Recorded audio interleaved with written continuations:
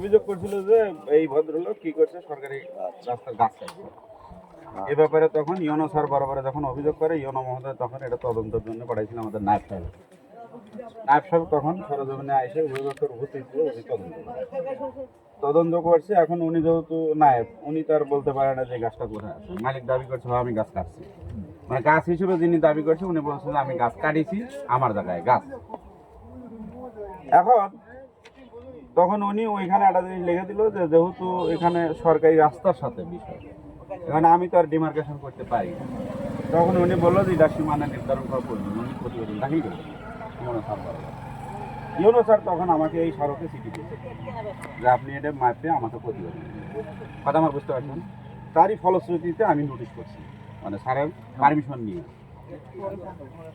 পরে তখন আমরা নোটিশ করেছি, নোটিশের আজকেই ডেট ছিল এই সীমানা নির্ধারণ। আপনি তো দেখলেন মাপলে। এখন মাপার পরে আমি ওনাদের যেগুলো বলছিলাম যে আপনি আগে শোনেন, এত দ্বারা আপনাকে বা আপনাদেরকে জানানো যাচ্ছে প্রথম পক্ষ কর্তৃক দ্বিতীয় পক্ষের বিরুদ্ধে, প্রথম পক্ষ মশিকুর, দ্বিতীয় পক্ষ হচ্ছে শামসুর বিরুদ্ধে পূর্ব তেকানি মৌজার ব্রিজের পাশে, এই যে ব্রিজ, সরকারি রাস্তার দ্বারা একটি পাইকর গাছ কর্তন করেছেন মর্মে একখানা অভিযোগ দায়ের করেন, মানে ইনি দায়ের করেছেন।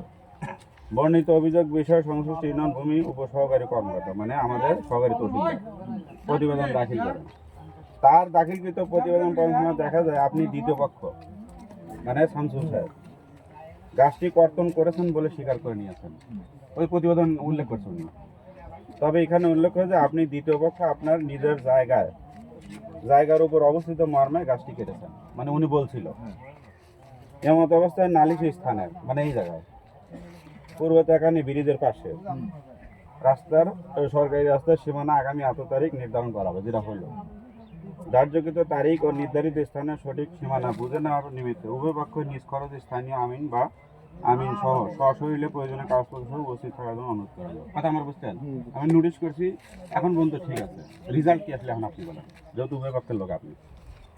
রিজাল্ট এই পাশের মাপ যে সরকারি যে সড়ক কোনো এটা আছে, হ্যাঁ পুরো জমিতে পুরো এখানে রাস্তা ওটা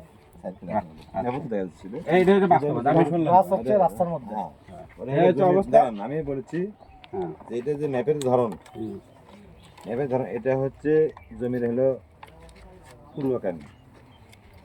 পূর্বকানী, তার কাছ থেকে এখানে যে স্লোপটা আছে আমি বলতেছিলাম যে ওই কানি থেকে কানি যে গাছটা আমি সীমানা যেতে গেল কানি থেকে গাছের দূরত্ব কত, সেই সাথে দূরত্বটা আপনার কত আপনি বারবার দেখেন, যতবার শোনা আছে ততবার দেখেন।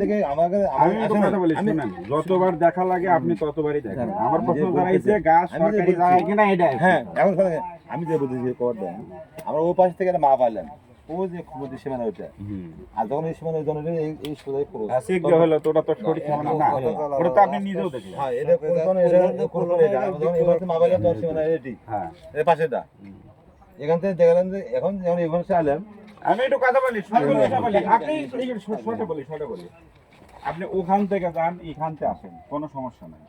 আমার দরকার হলে এই পাশে, এই পাশে অনুযায়ী গাছ কোথায়, এখন গাছ তো রাস্তা মধ্যে বেড়ে গেছে, এইটা নিয়ে আর কোনো কথা বললে সে কথা আমার বুঝে বলেছি, আমি আবার যেভাবে বুঝে গেছে তো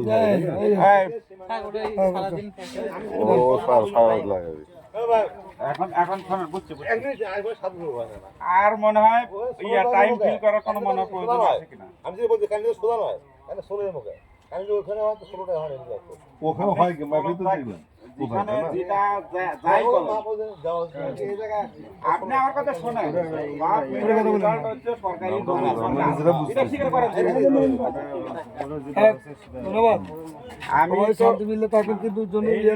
আমি একটু কথা বলি। আপনি তো আপনার একটা মুখ্য ভূমিকা আছে, সেটা হলো ধরেন আমরা যারা গভর্নমেন্ট সার্ভিস করি, আমরা কারোর সাথে কারোর জানলাম লাগে না, মোটেও কাম্য না। কারণ আমি আপনার কাছে যেরকম এই লোকটার কাছে আমরা চাই না যে কোনো লোকের সাথে কোনো